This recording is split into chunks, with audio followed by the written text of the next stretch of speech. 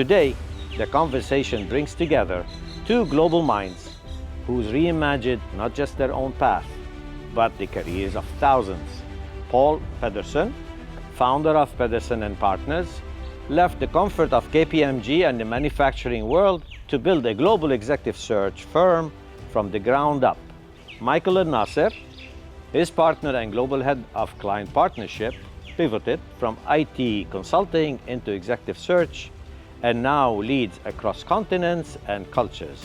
They've guided over 2,000 executives through pivotal decisions, identity shifts, and international moves. But what makes this conversation different today is that we're not just talking about placing talent. We're talking about reimagining identity, influence, and leadership.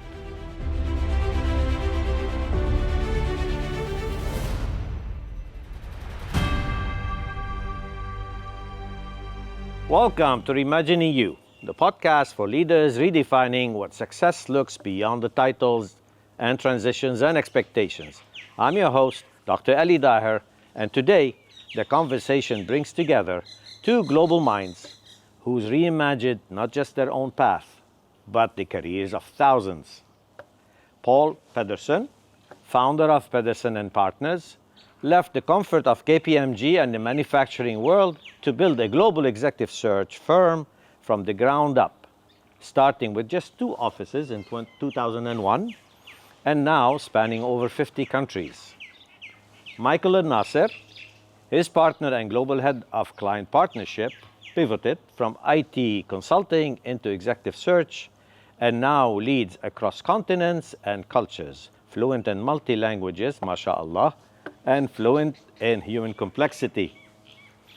Together, they've guided over 2,000 executives through pivotal decisions, identity shifts, and international moves. But what makes this conversation different today is that we're not just talking about placing talent. We're talking about reimagining identity, influence, and leadership. So if you're an executive stuck in your comfort trap, you have a great business card, a beautiful title, a great company that you're working for. This has opened doors for you. What's going to happen, maybe, and hopefully not, when you leave that business card, title, and company, you're going to become a PIP, previously important person. Don't do that. Work on your personal brand, listen to the folks, learn from the podcast. We might help you unlock your comfort trap. Now, before we start, and before I welcome you officially, I just want to talk a little bit about the firm, but you can help me also, correct me also on what you guys do, because executive search is really a black box for me and for many others. So hopefully today, at the beginning, we'll demystify that. But before founding the global firm, Poul and Michael actually were living in Europe, I think in Prague, right? And you were together in a coffee shop thinking about what's going to happen with these executive search. They're not really human and they're not really related to that. And you said, okay, why don't we form something, right? And this is the start, I believe. And your first employee, you remember your first person that you recruited? Who was he? You want me? Yeah. So before setting up Pedersen Partners, I started in an executive search firm 5 years earlier in Eastern Europe. And those were the day after communism, where a lot of Western firms had moved in. And the very first search I did was a CFO of the Czech subsidiary, a quite large subsidiary of an American firm. The gentleman was an American. He had been moved around the world as an expat with this great American firm, and I had the task to replace him. Okay. He had not been told, and we had to replace him with a much, much cheaper version, which you could find in Central Eastern Europe. We are talking back in '95. And once we had found a fantastic local Czech CEO, this American person was more or less put on the street after 20 years in the firm. For someone who in the past had worked in the corporate world, that was a bit of a shock to me, that you understand how even if you're loyal, even if you move with your firm around the world, we've been there. The shock can come. And I think everyone got to be ready for that shock. You call it personal branding, people can call it what they want, but they got to be ready for a scenario. But everything you thought was given can change overnight because someone like me have been asked to replace them. Yes. So I read, I asked my assistant Claude.ai, right, to research you a little bit. And the first hire together was a person working out of his spare room. And you were happy with that, right? Yeah. So let's demystify a little bit executive search. What is executive search? How do you guys work? What's the process? Yeah. So it's important to understand for executive, we are mandated by the companies, not by the executives. So the companies ask Pedersen Partners or another executive search firm, find me a CFO, find me a sales director, find me a country manager UAE, and we will then run a search process where we find candidates basically through three ways. One is we do direct search for people who are having the right type of positions. We contact them, could you be interested in this opportunity? Second, we talk to reference sources, people who are not candidates, but who can recommend candidates. Mm-hmm. And finally, we have a very large database of people we've been in contact with over the last 25 years. In a mix of those three sources, we build a long list. We interview. We come down to a short list. Then the client get in, meet the short list. Then there comes all kind of reference check, assessments, and so on. And ultimately, there's a recruitment. So it's important to understand a search firm is always retained and mandated by the company and not by the executive. So for someone who's actively looking, we are not necessarily the best place. Because if we have a search, great. If not, then we cannot help them. So we're pretty much at your mercy to select us. Yes, but obviously at the end, we find what our clients want. It's very important that we put ourselves into the client's heads. That means this executive can be a fantastic match to that culture, but not a match to that culture. Very good, very good. I want to drill a bit further, and Mike, you've been, eager to answer me because I know that you've got the key for that question. So now let's look at. You have the mandate from the customer, and we have visibility out. Some people have visibility out. So when you do your search, how important the digital visibility of the candidate? Do you look first at his LinkedIn and all the stuff that people have said and he has done on the internet? I think digital visibility accelerates our access to a candidate, to a potential candidate. Effectively, until we screen them and interview, we don't know if they are going to become a candidate. So digital visibility helps, but in the meticulous process that Poul describes, which is very different from pure traditional recruitment, the market mapping is very important, and we have to also resort to more traditional sources. In some less developed markets, people are not visible on LinkedIn or don't even have LinkedIn profiles. Okay. In some Asian markets, LinkedIn is not the tool of choice. So you have to be very open about your sources, but your digital footprint is a very good first impression and gives us a quick snapshot to at least know whether there is a good reason to activate and make contact with that person or not. I'm going to come back on a digital. I think this is very important, particularly around the personal branding aspect, which the way I preach the 10-step process. I want to go back to we're at your mercy. What makes you credible to decide whether I'm a good candidate or not? I think that's a very good question, and maybe Poul can add to that. But we are generally not part of an assessment system and so on. This is not pure HR. This is closer to management consulting. Okay. And many successful executive search consultants have a business background. Some come from an HR background, and it's also very valid, but many of us have a business background, and we are talking to candidates about business and business results and so on. So I think we need to be able to align with our clients. Many of us focus on sectors where we have prior experience. So in the early days when Paul and I worked together, I did a lot of work in the technology sector because I had an IT background. So it was easier for me to understand my client. So that is where I would say we have qualification to be able to assess. And the rest really is empathy, common sense, knowing how to ask the right questions. The reference checks Paul mentioned are very, very important. And then you can back that up by some of the more traditional assessments as a bolt-on. Okay.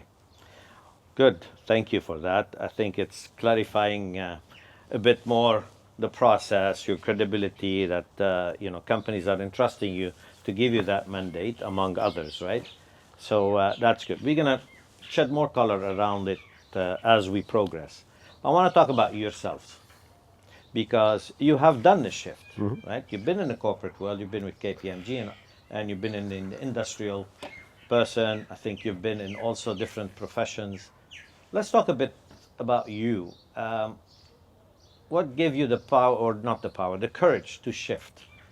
Was it a compelling event, whether it's the need, the frustration, or the love of being, in that field, alone or entrepreneur? Give me a bit of an insight.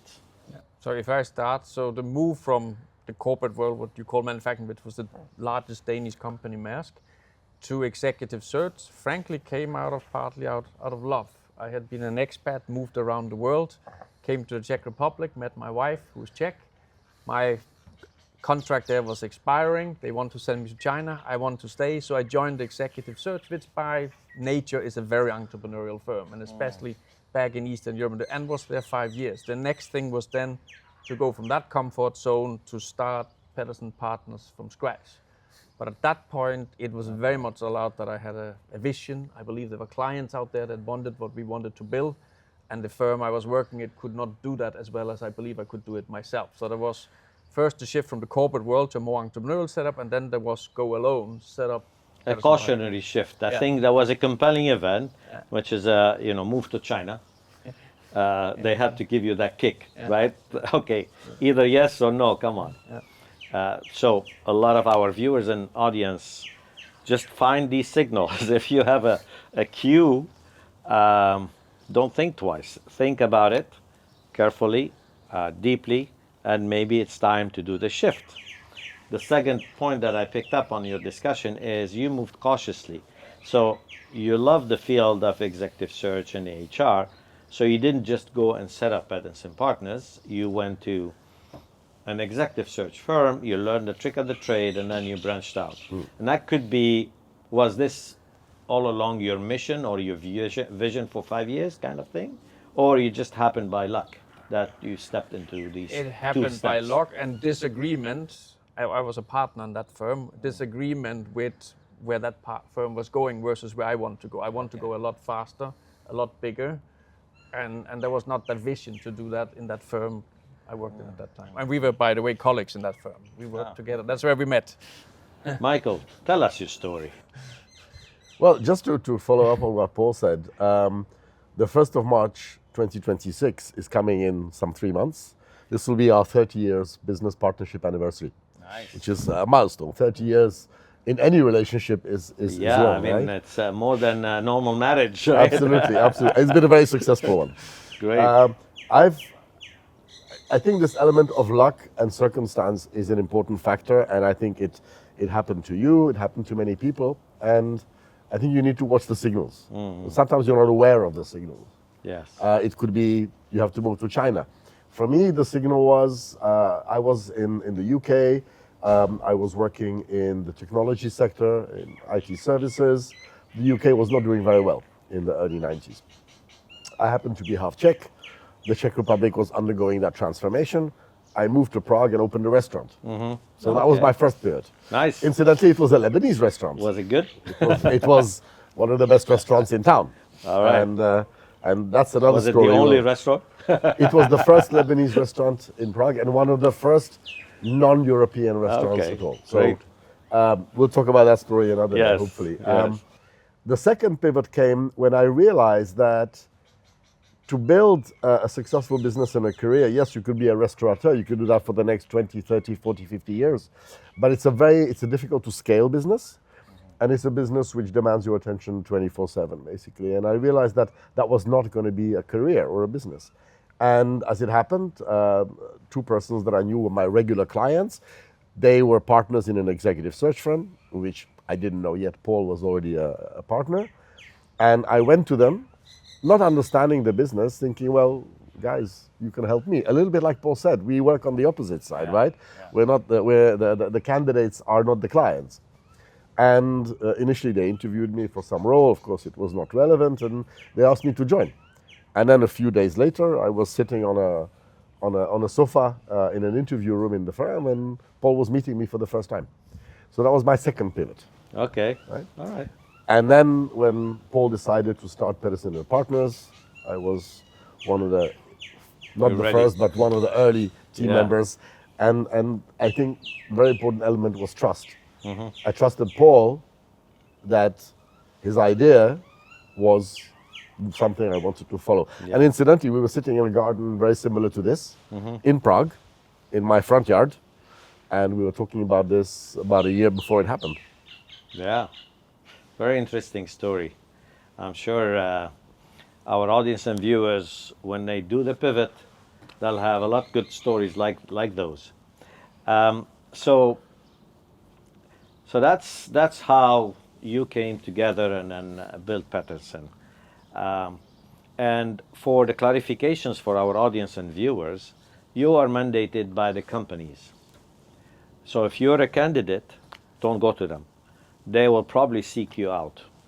But yes, you wanted to say something. Yeah, of course. As you can imagine, we're doing this for a long time. We are targets for a lot of spontaneous emails with CVs. Yes. And I make sure we answer all of them.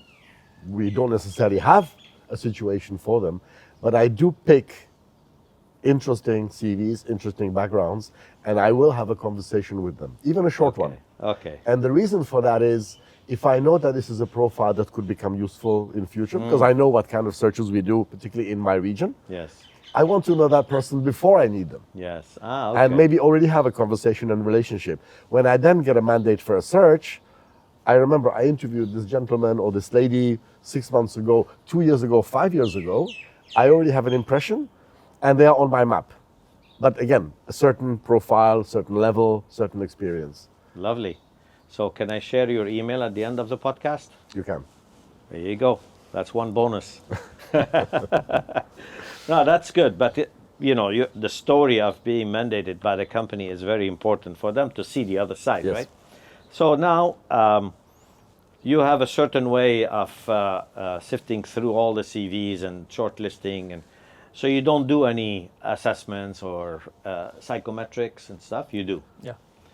So help me with that, because there are people who are good in taking psychometric. There are people who are not good. My son failed McKinsey because he did not do well on the psychometric. But then he went to BCG and he was the valedictorian of his university.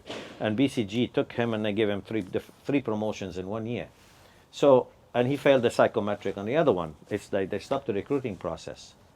So what is it in the psychometric, and how do you calibrate or control the people who could be good in taking those type of tests, and people who are great but not able to take that test properly? I think there are probably people more qualified to answer that. Neither of us, I think, are qualified to administer. But how much weight do you put on that psychometric? Personally, not very much. Okay. It's a very, very small part of the overall assessment, but I have to admit some clients put a lot of weight on it. Yeah. We don't agree with our clients, and we can tell what we think, Okay. but at the end, the client are the decision maker. We are consultants. Interesting. So for some clients, rightly use it as a very small part out of many, many assessment tools. For others, they go way too much. So to rule someone out based on that alone, I think would be a big mistake. Can you train to take it? Probably. Yes, you can train, definitely. I know. Yeah. I know, and I would advise people, if they're serious if they want to go with these, the executive search and what assessment, go train for it. But I think it's important. It's not the search firm. Point one, we have some tools that our clients can choose that we use, but many clients have their own tools. They prefer that methodology and that methodology. Good point. Like McKinsey, BCG, I am sure have global tools Yes. they will use across any office, no matter what search firm they are working with on that particular process. Okay, that's fair point. Thank you for that. Now let's talk about the candidate itself, or himself or herself. Now you probably placed about close to 2,000 candidates. What makes the candidate successful? What makes the candidate, not successful? I think very difficult question to answer because every situation is absolutely different. I think we try not to prepare candidates because they have to come across as they are. But you can give pointers in terms of interview performance. Some of those could be related to how they express themselves, making sure they are prepared. So we can do a lot of briefing of candidates in order to make sure that for the interview they are ready, they know about the firm from us, they have done their own research. And I think preparation is very, very important. And obviously, by the time we put a candidate in front of a client, we've already made sure there is some compatibility, right? That's the point of our interviews and so on. So I think people need to be natural. I think people need authentic, to be themselves. Authentic. Because it'll show. If they start faking it, they can't fake it for long. Absolutely. But remember that every type of role requires a different character. Somebody who's going to be driving very dynamic sales and growth is probably going to be a more pushy personality, and you want them to be that. Yes. But you don't want a very creative CFO, right? Yeah. So I think it's also about what is the function, what is the role, and how does that personality fit it. Yes. So I think what we think is important is also to give feedback to the candidates when they are not chosen. And so we pass on, there's a learning after the interview. And there can be many things that can go wrong in an interview, but one of the typical one is that the candidate talks too much. Don't listen enough to the company they want to join. Listen. Okay. Absolutely.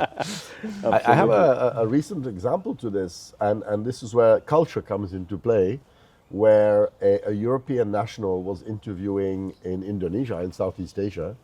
The candidate went already through several rounds with the client and was successful in all those rounds, 3 rounds. The final round was with the CEO of the firm, and he failed. The candidate failed. And so obviously this was a little bit surprising. I spoke to the client, I sort of tried to understand why. I asked to have a conversation with the CEO who had not been involved in the process early on. And we talked about Indonesia, Indonesian culture, Yes. how people behave there, what are the attributes, language aspects, English Yes. language aspects. He listened, the CEO. He had a second round with the candidate. The candidate is in position and working successfully. So you can't have a failure. The feedback and the loop back is important because there can be errors of communication or of culture. That is a brilliant cue for my question, because I was going to ask you about the culture. Because what do people get mostly wrong when you're hiring across cultures? I think when people are hiring in regions or countries that are not their own, they need to prepare themselves and understand the circumstances and the context from a business point of view, from a culture point of view.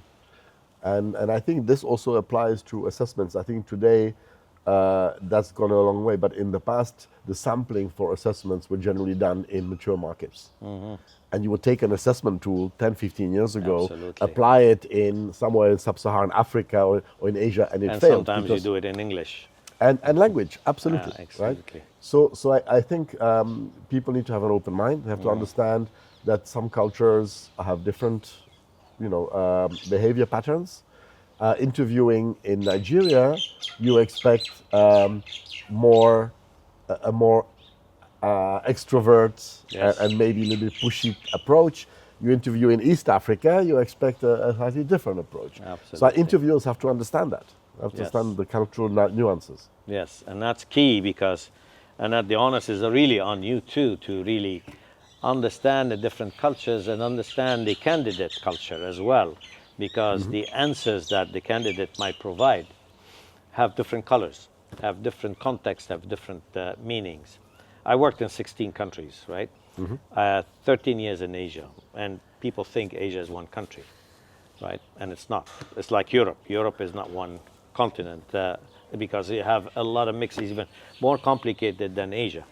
So the nuances of cultures, and yet here we are in organizations where you have 150 nationalities working together. Yesterday I did a master class online. It was the human element, the human advantage, how to be replaceable in the age of AI. You missed it maybe, but that was a good one, well attended. But I was saying, I gave an example because multicultural affinity for a leader is really important. I give an example. You are sitting with, probably now you're British, you're Danish. Yeah. I'm Lebanese, and probably Praveen is Indian. And we were talking about a subject, and you come, Mr. British, and you say, it's interesting. What does this mean to you?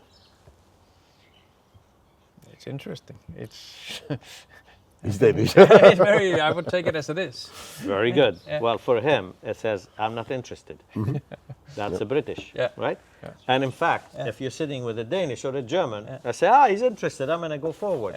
And just these nuances, and this is not me who's done the research. It's a beautiful lady called Erin Mayer. I don't know if you know her. She's an INSEAD professor, and she's the cultural map guru. And she gives those examples. And I found them fascinating, but a lot of leaders in this region, maybe in the world, they don't understand the nuances of culture, and they try to lead. So back to the candidates. Now we talked about cultural affinity of candidates. We talked about the search and stuff. Now we're going to talk about the candidate, him or herself, and where he's positioned or she's positioned in the craft. So here's the dilemma. So you're a technical person, you're from manufacturing, right? And probably manufacturing of something. Is it goods, is it chemicals, is it whatever, right? So do you choose to stay in your lane? Let's assume this is the swimming pool. Stay in your lane and you continue the craft, and or companies come and recruit from the same craft, say CEO position, or they look at the swimming pool, which is manufacturing. It doesn't have to be in maybe chemicals, but maybe across the value chain of manufacturing, or seek another perspective from outside the pool, from a CEO of something else that could add a fresh set of ideas, mindsets to the business. So which one is better? I don't think there's an answer. You can consider all of it. I just think you have to, whatever you go into, you have to believe in what you do. You have to believe in the business model, whether it's an employment or you start a business, and you have to have energy and passion that this is something you would love to do. Sometimes it can be that you need to lose your job to get into that situation where, or you can say, I do an MBA, and doing that MBA you could convert from one industry to another industry or from one function to another. But it can also be a discipline where you do it without any pressure to make that call, which is probably the ideal thing, but many times it happened to some kind of catalyst. I am actually not a production person, so I did an MBA. Before MBA, I was an absolutely narrow accountant, finance person. That MBA made it a lot broader. So that in terms of the functional change, that was an MBA that made it for myself personally when I was young. And I think we see, especially people starting companies, founders of companies, it's typically completely outside what they've done. They have a great idea, they test it out a bit, and they go. Career-wise, not quite so easy. So there you tend to get, especially in the larger firms, you tend to, you're a good marketing specialist and that's what we need. Or you are a good finance specialist and that's what we need. It is easier to make those functional moves in-house, inside the company, than when you change job. I think from a point of view of a candidate, sometimes people think my skills are universally effective. We hear that a lot. And first of all, we try to manage those expectations. But from the client side, generally, you want to go as fast as possible to a result. So Okay. you're going to try and pick people in leadership roles that understand your sector, understand your business. Okay. Because you know there's a proven track record, and you can see the performance in that consumer goods company was good, so the likelihood is, etc. But where the differences are not only about sectors, but also type of business. So somebody coming from a large multinational doesn't necessarily fit a privately owned smaller business in terms of mindset and so on. If people want to pivot, obviously there has to be a learning curve, and there are parallels. If I look at how to use people from one sector to another, a good example in the past was when the telecommunication firms learned to use people from FMCG because they were effectively marketing to a large population, and it was almost a consumer product, right? But it was connectivity. And particularly in marketing leadership, a lot of people went from consumer goods, senior roles in marketing, to mobile communications. Yeah? So that was a type of pivot. And I think if you want to use somebody from a different sector, the question is, do you want your business to go in that direction and you're looking for growth or maybe looking for restructuring, or do you want to pivot the business? And then you can bring somebody from something different. Interesting. I'm going to challenge you both. So, looks like the natural way is to stay within your craft or within your swimming pool.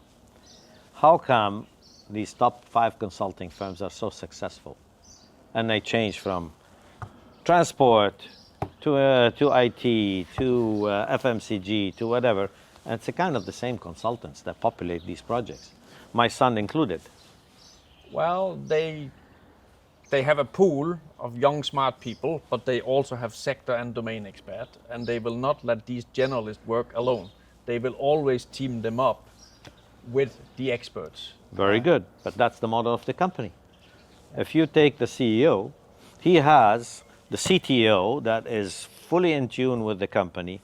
He has the CIO, he has the marketing, he has the operation, he has everybody that gives him that specialist view. So why can't companies think of the top job or a VP role of marketing or whatever that is on a functional level, be a person of a value that brings in to refresh the business rather than being home in on a sector? Why I tell you this and why I'm so insisting on it, because a friend of mine who's brilliant in his role, and he has done many of the brilliant careers, has been just at the short list, and he was placed only 2 to be declined the job because they took somebody that is from the sector, but less qualified in terms of function. Yep. And that's very interesting. And is this, do we need to educate companies to that? Do they need to have a test? Do they have data to show and to prove that which method is best? I'm sure there's a lot of research done on this field. I think there's an element of risk mitigation, and choosing a person from the same sector probably lowers the perception of risk. Okay. Right? But what I can say is, I think it's also about a question of scale. If you're a 20, 30, 40 billion top line business, it's probably less important that your CEO is from the same sector, because this is pure leadership of a large organization with very senior leaders, and you can probably do more pivots at that level. If you're running a $100 million business or a $2 billion business, probably the sector expertise is more relevant because the roles are a little bit more hands-on than leading a global multinational where you're really board level and you don't get down into the nitty-gritty. So the sector knowledge is less important. So maybe scale is an element as well. Okay, very interesting. Thank you for that. We're going to talk about the MBA preparation and another challenge that I see as well, because I worked for an international company called Schlumberger, and we've been narrow. I started with them in 1985, and we know a lot of exploration of oil and gas, but from the service side. And I've worked for 27 years, roamed the world, different positions, The problem is, after 27 years, I think I was not sellable. The reason is, and I've done an MBA and I've done a PhD. I have a doctorate in business. And why I did those during my career is because, for the very important thing, is I want to broaden my footprint so I can be sellable. But why I thought that I was not sellable? Because I was too narrow focused on that niche. And the only placement I can go is to competition. But when you sign with a company, they will give you a non-compete. So how can you go to competition, especially after so many years? So you end up in a dilemma. So my question to you, how do we prepare people and what advice do we give them to see the warning signs? Because I didn't see the warning sign, and so is Schlumberger today has 100,000 employees, and so is Baker and Halliburton and Weatherford and Nassir and everybody else. They're all now feeding each other from the candidates. So if you don't have that pool of, my relationships, it's all about relationship and, with this, because I used to work with this guy and I have a good referral and then that's it. That's a close circle. But, very few of those can pivot to an oil company or can pivot, let alone to a refinery or to an industrial or to manufacturing. It becomes very narrow. And these poor people, I call them poor people because I was there and I felt the crunch. So what do we advise them early on to start preparing? So question is again, 16 years in one industry, maybe it would have been better. 27. 27, yeah. So maybe it would have been better to make that move after 10 or after 5 and get more on your exposure. So you're less. And I do think there is functional mobility, but I do actually think what you did, the MBA, learning, opening up, is the right thing to do. So I think you can move by industry, but you can also move by function. So if you're a CFO, it's not so difficult to move from CFO of an oil service company to the CFO and they do that. They rotate a you. cleaning company. I even think if you're an HR manager, you can do it. So I think there are roles where you can make it. There are others that are very, very, but then maybe renewable is more of a less of a stepping stone. So there are clearly people from Schlumberger who are working in other fields and have found a way probably through functional expertise. But 27 years is a long time. Yes. And most executive search companies would advise you that is too long. I mean, either you stay until the end or you leave before 27. Or you do like me, you reinvent yourself. Exactly. You become an entrepreneur, right? Or you went into very different type of firm, more entrepreneurial firms. Yes. I mean, there are organizations that try to preempt this because they obviously want to keep that talent, but at the same time keep them motivated and so on. I know of one large multinational in a engineering industry, global company. They will rotate people from country GM level into regional HR roles for a year or two. They do that in Schlumberger and all these companies. And then back, and So I they give think them exposure. that's very interesting, right? Yeah. Or you will see people rotated across. I just interviewed somebody very recently who is in a manufacturing, consumer goods manufacturing business, and rotated through supply chain, through business, through operations, etc., and then obviously came up into an MD role, and that then gives probably more mobility, right? In terms of their experience, and I think also makes them a better MD because they really understand different aspects of the business. All right, we're going to talk about the candidate that got rejected many times. What advice do we give those candidates that they're great, they feel great, they felt great, they felt that they have their unique value, they have their experience, their credentials, and they reach a certain maybe finalist list and then they got rejected. And it doesn't happen once, it happens twice or 3 times, to the point actually some people came in for coaching to me and I says, help me. What was something wrong with me? So I had to do a mock-up interview just to see what's going on. But this shakes their confidence. What advice do we give them? I mean, there's the pure practical thing. You're always better off if you are in an existing job.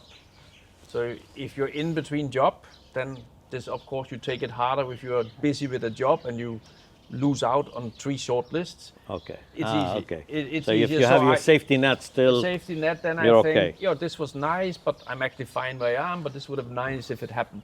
Still, you should go through that learning and involve you as a coach or something like that. For the person in between, I think it is like the kid who falls. You got to get back on the horse and do it. There is having self-pity doesn't help. Whether you're an entrepreneur who struggles with something, or whether you're a candidate. True. You've got to Man it up, move on. Exactly. It's this, and of course that can be hard when you are, 55 compared to what it is when you were 25. Correct. But that's just reality. There is no magical bullet that will do it. But of course you got to learn. You got to go to coaches. You got to be, do whatever you can do. But the most important is keep going. Okay. And I think introspection is necessary, and obviously it's different if it's a candidate that is put forward on a shortlist through us. They've already been matched to the role, right? So if they're rejected, it's usually personality, culture fit, whatever, details, but they know they can do the job. If somebody is applying spontaneously somewhere, are they applying to the right company? Are they applying for the right level of role, right? So introspection, is this something that I can do? Am I fit for the role as well? But as Paul said, you got to get back on the horse. It's the only thing. Okay. Now I'm going to push that discussion a bit further. So these kind of people, they come to people like me for coaching on their career or on preparation on what they do, what they can do, and so forth. So we do this kind of coaching. But there are also company mandated organizations that help you with transition. I know some key companies, they hire, they have this attrition and they send you to another company to facilitate that. Is this a good thing, you think? I think it's a good thing. I mean, we do it as well. You do it as well. It's a minor service, but we do it as well. And part of that is, of course... So what do you do? So you, on the one side, you help them to prepare a good interview. You help them to be a better interviewer. You see where to target, where not to target. And concrete, we try to set up meetings. So there we do actually take the other way, make clear to our contacts, this is not an executive search. If you hire this person, there is no fee to Pedersen Partners. We are mandated by his previous employer. It's an outplacement. Okay. It's an outplacement program. And we run that. Sometimes we do it when there's a CEO who's being outplaced. Sometimes it can be 10 managers across the world that are being restructured. Okay. Very good. Now let's talk about successful candidates that you've seen. What is, can you share one or two the boldest reinvention of a candidate that has transformed him or herself? I don't know if it's a candidate, but I can say pivot in career. So I can, we spoke about actually the car when we drove here. So a good client of mine, a good candidate of mine I've known for years, was a successful investment banker. Okay. He decided to retire early 50s because obviously he had made a lot of money. So after 2 years got bored by doing nothing. And he has now reinvented himself as a professional country musician.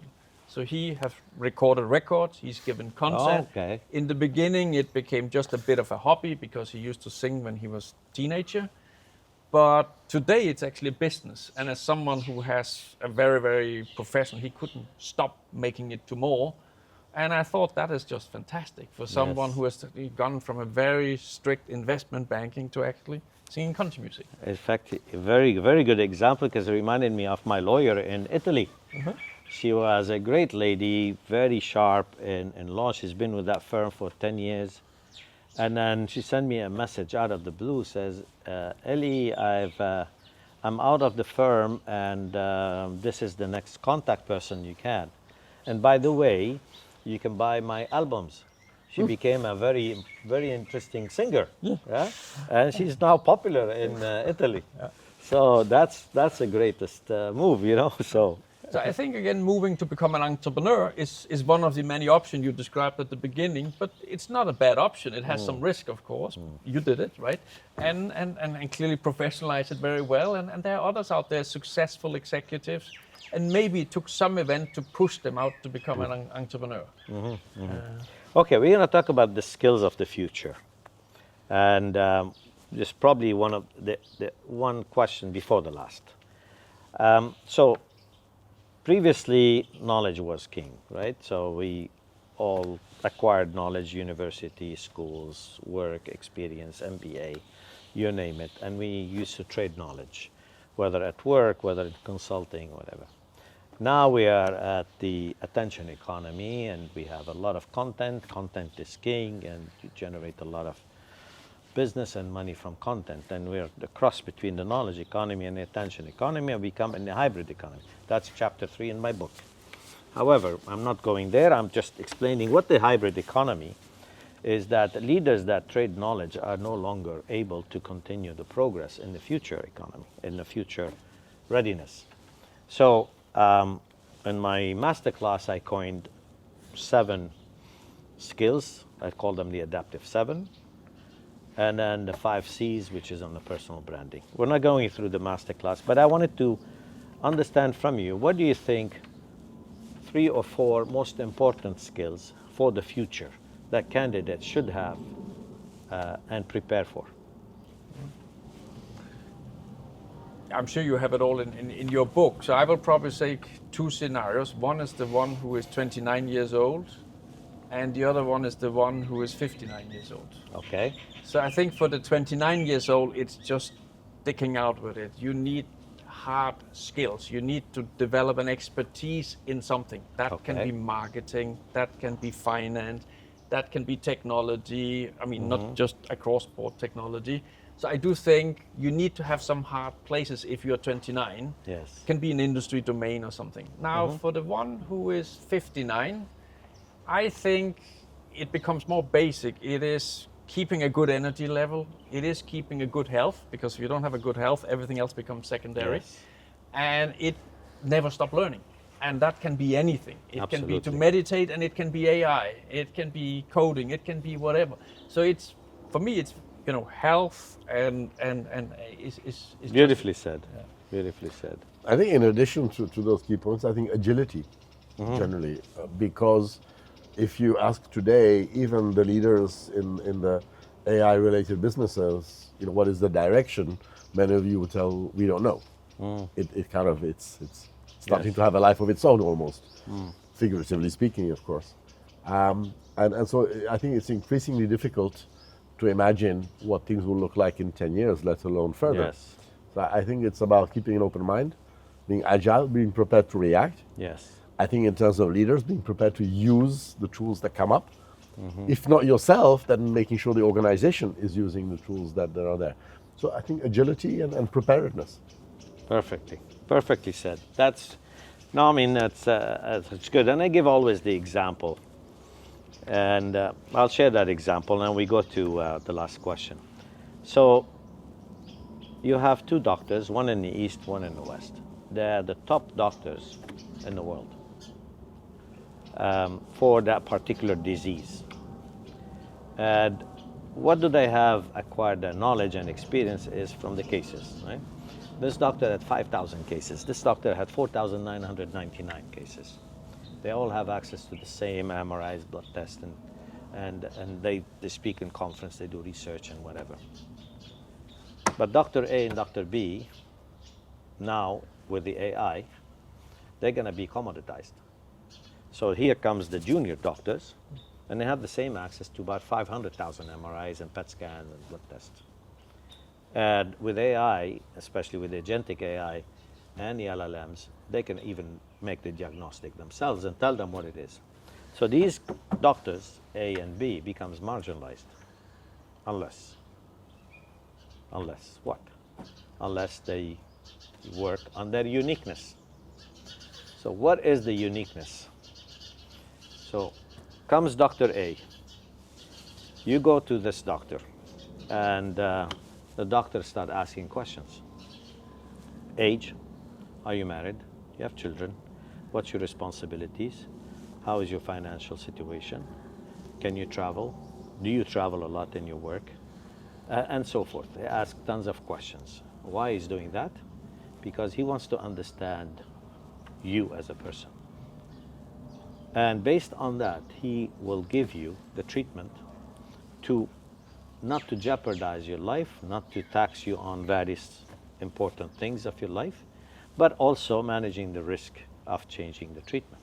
When Dr. B goes by the book, he goes, this is the gold standard, you follow this protocol, come back, Monday we're going to start. So which doctor are you going to? I go to Dr. A, because, and that's called empathy or emotional intelligence. So that's really a key that I would tell all the leaders, all the viewers and audience. Number one is emotional intelligence. Do practice this at work. And a question to you, today it's Friday, and if you are at the workplace, do you remember 3 of your employees? What do they have on their mind outside work? And did you notice that? Did you ask for that? Did you check on that? Did you look at their emotions? That's the first practice of emotional intelligence. The second one is adaptability, and that's what you're referring to, agility. Because AI can really predict patterns, but they cannot predict COVID reaction, right? And that's really the ultimate agility. But anyway, so I brought this example to illustrate some of the key messages that we want to give to the leaders to future-proof themselves. And that helps a long way when you're putting a candidate out. So if they want to have a more comprehensive list, they could watch my masterclass, and they have the adaptive 7 and the 5 C's. Now I want to close with a fireside question, right? So it's question and answer, quickly. So, one skill that's becoming obsolete.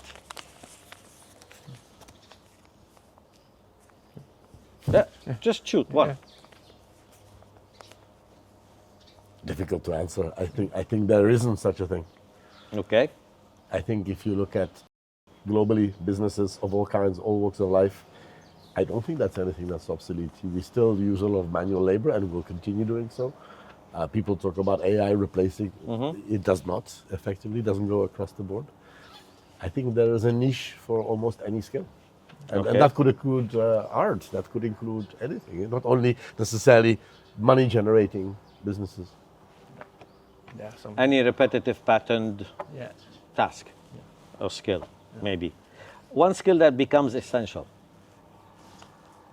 That is adaptability. I think it's about adaptability to change, to keep yourself with high energy level. I do think the older you are, just keeping the high energy level and not kind of go into the day without passion is a very important thing to it's essential. And I think communication. I think being able to articulate, communicate, Clarity and listen. Communication. And communication listening. In both directions is essential, Very particularly good. at a leadership Excellent level. one. Biggest career myth you want to bust? I think the biggest myth is that the career ends at a certain age. Okay. This is obviously something that's pushed by some of the multinationals because they have to rotate effectively. But we see people, you look at Japan, I know Japan is a country that you admire. Look at how long people work in Japan. Age is a myth. Age is a myth. Is that something called a too old myth? You're too old for the job? I think there may be roles where it is important, but not necessarily. Can you at a hire me leadership at level. 62? You think there is jobs for me? Yeah, Yes. absolutely. Oh, really? Yeah. I thought I'm out of the market. We have a consultant in our firm who's 77. Okay. Interesting. There's life outside, right? You know, one thing that happened in the GFC, the global financial crisis, a lot of the young leaders were at that time surfing the wave. There was tremendous growth before them. And a lot of tech businesses were growing, and suddenly you had the GFC. It was necessary to adapt very quickly. Many businesses did not adapt. We actually were quite agile and reacted quickly. Many didn't because the leaders didn't have experience of managing a downturn. And when we looked at some of the searches that we did post that, there was a big demand for experienced CFOs who knew how to right-size a business, how to not just look at the top line, but also the bottom line, effectiveness. So the gray hair became popular again. Right? Okay. So I think you need that experience sometimes. Okay. All right, we finished with that. And I was going to ask you one question, but well, let's do it. One question candidates never ask, but they should. I think they don't ask themselves, am I really fit for the role? Introspection. Very interesting. They assume that Yeah. Let I'm you the figure it perfect out. candidate. And, If you called me, it means that I might be fit for the role. and I always say, look, the initial conversation with somebody I don't know is an introduction. I want to know the big picture, right? And then based on that, we can very quickly determine, should we go deeper? Should we have another conversation? And so on. But you need to talk to the person. And I think you can't judge a CV. True. True. True. I mean, CV is really a sword with double edge for me, because the candidate future hinges on probably on a good CV to make it through the pile. While if you are an engineer, you got that diploma, so everybody knows that you have acquired this body of knowledge. But as you progress in your career, all you have is what you put on your CV as achievement and roles. And it's not certified by anybody, it's not validated by anybody, there's no independent board to certify this. And it's really a tricky business to judge a person by a CV and then through your own set of eyes from your experience. So it's really a human intensive actions to really put somebody in a company. It is. And I think this is why every time there was an inflection on the market, for example, when online recruitment grew and the Monster board came, a lot of people said, well, this will have such and such an effect on the executive search industry. It didn't really. When LinkedIn came, again, this will have such and such an effect on executive search. Actually, it became a good tool for us. But it didn't change the principle of us knowing candidates, the empathy, the communication. So that's not replaceable.